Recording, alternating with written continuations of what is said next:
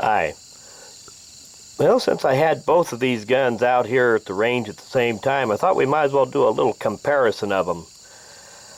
Now, the one on the left is Colt 3rd Series Detective Special. It's a 6-shot 38 built on Colt's D-frame. And this one is a Smith & Wesson Model 10-5, the military and police with a 2-inch barrel and nickel finish. The Smith & Wesson K-frames are just slightly bigger than the Colt D-frame, but not very much. Now, the 3rd Series Detective Special has a shrouded ejector rod. Colt still has the standard free-floating ejector rod that Colt uses, while the Smith & Wesson it may not have the shrouded ejector, but the front of the ejector rod is part of the lockup on the Smith & Wesson actions. Both of them have fixed sights, 6-shot.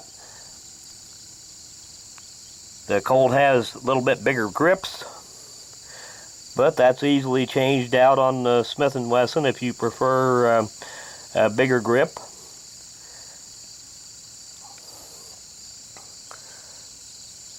Well, anyway, I will load these things up and I'll fire at least a cylinder full with each of them. Okay, we'll start off with the Smith & Wesson Military and Police. The Colts have a little bit better action and trigger, but not very much. In contrast, the Smith & Wessons are known for being a little bit more durable.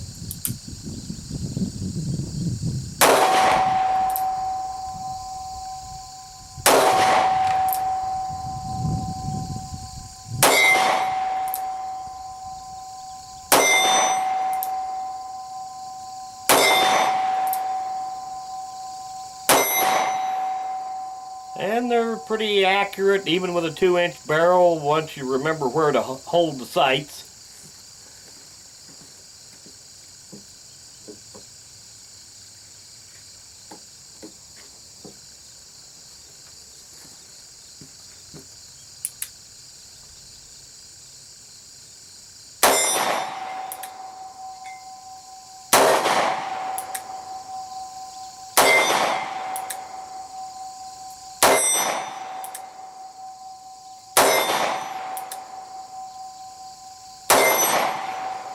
Really, there is very little difference between them.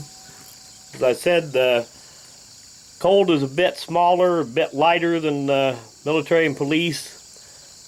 Smith & Wesson is usually known for their, in snub-nose revolvers, for their little J-frame 5-shots instead of the bigger military and police 6-shot.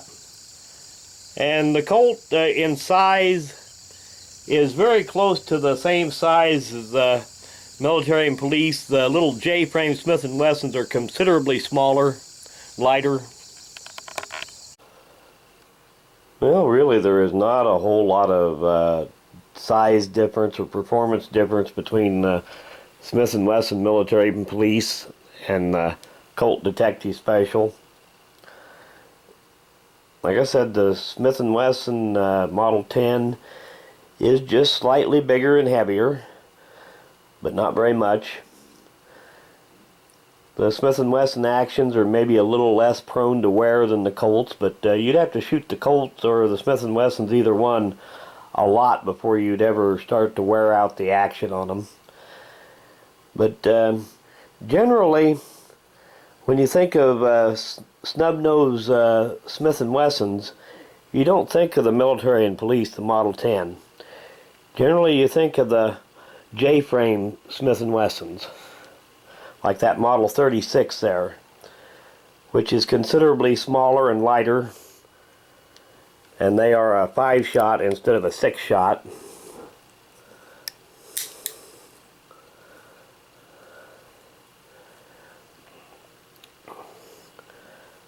But it's just pretty much personal preference. Nowadays, the Colt Detective Specials are becoming something of a collector's item. higher priced than the Smith & Wessons nowadays. But on the other hand, military and police with a 2-inch barrel isn't real common, so they tend to bring more than your standard ordinary military and police do. The little J-frames are really common. I don't know how many of the little 2-inch model 36s and 37s Smith & Wesson's made, but they've made a ton of them. But just in general, I thought maybe it'd make a good video just to compare them a little bit.